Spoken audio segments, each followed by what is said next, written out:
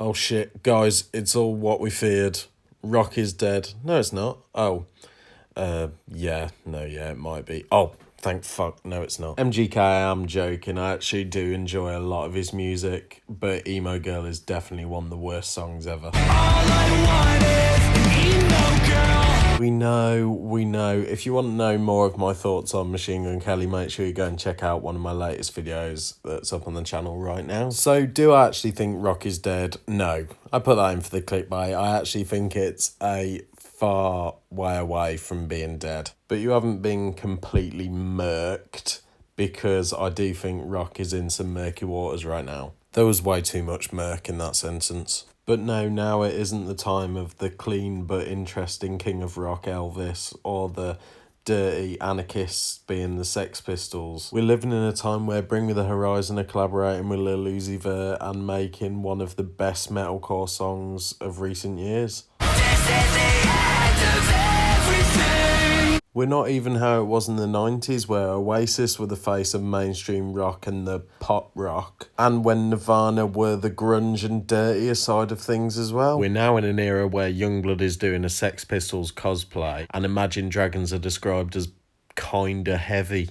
I was lightning before the thunder. Heavy. Slipknot, what have you got to say to that? Get some trout from outer road.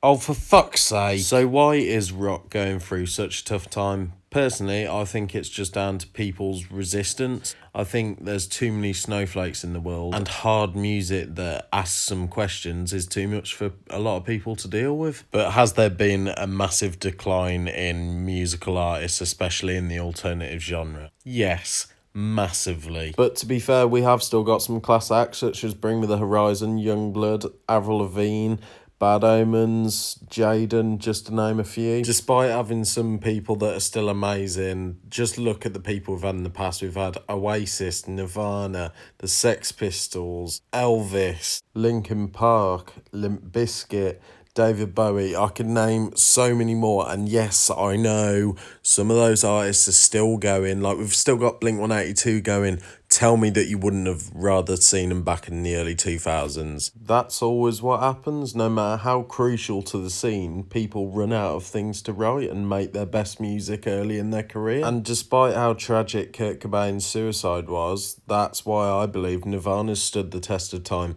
because their time was cut short and they didn't have time to put out a shit album or a really bad song. Even though I think star power has completely gone down when it comes to rock music and just alternative music in general, I definitely think that when it's good, it's a lot more fun because people are a lot more experimental with their sound these days. Which leads me on perfectly to these next two artists that I want to talk about, two of my favourite in this whole genre. Those are Bring Me the Horizon and Corpse. My voice is just primarily deep because it's deep. Which have recently collaborated on a song that I think blends two styles absolutely perfectly. Running from myself, I can't blame my naive. Even though collaborations feel a little bit overdone at this point, the person for me who is my favourite when they collaborate, yes, you guessed it, it's Youngblood. He's just got something that makes me so excited for when he collaborates with someone, and I really want him to do something with Jaden at some point, especially after this performance about a year ago.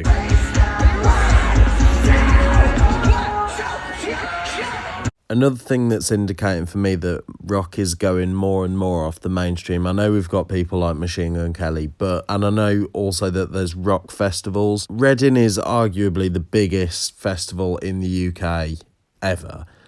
Look at the setlist this year. I'm not counting Imagine Dragons. And if you're a 1975 fan, I don't know why you're watching a video about rock music, but there's very few rock acts. And then look at Reading like 20 years ago. Like, what? We'd all be there, wouldn't we? Fucking Rage Against the Machine, Blink-182, Slipknot, Pulp, Oasis, Foo Fighters, Limp Bizkit. That would be fucking amazing. And I'm sure some people in the comments will tell me that I have no idea what I'm on about, and you're absolutely right.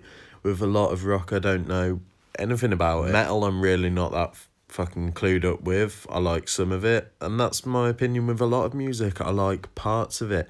So I'm not going to try and talk about things that I don't have any aspect of understanding about, but I am aware of the fact that these fake rock bands, and I will call them fake even though I hate the fake punk, fake alternative argument, but the 1975 and Imagine Dragons, they are not rock bands. They might have a rock star persona, and they can't deny they're talented guys, but they're not rock. And that is what is taking over the rock genre and turning it into just more generic pop. And there's so much fucking generic pop.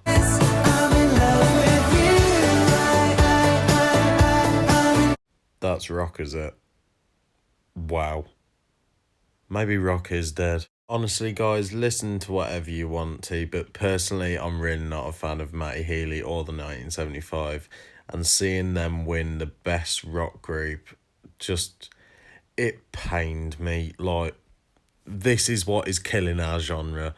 This shit drivel piss that people are just lapping up because they go, oh, it's rock, but it's just pop that they dress up so they can listen to it. And to prove this, I'm going to leave you with one last little thing.